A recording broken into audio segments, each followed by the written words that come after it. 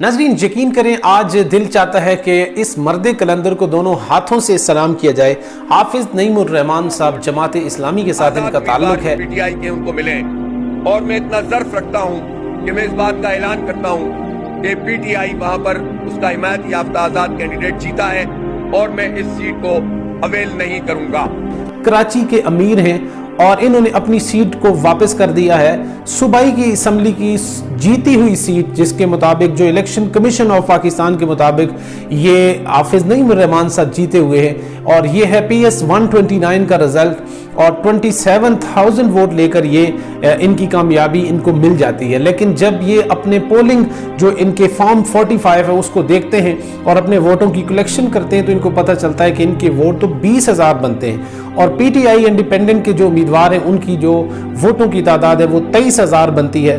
तो बजाय इसके कि ये कहते हैं नहीं जी मेरे तो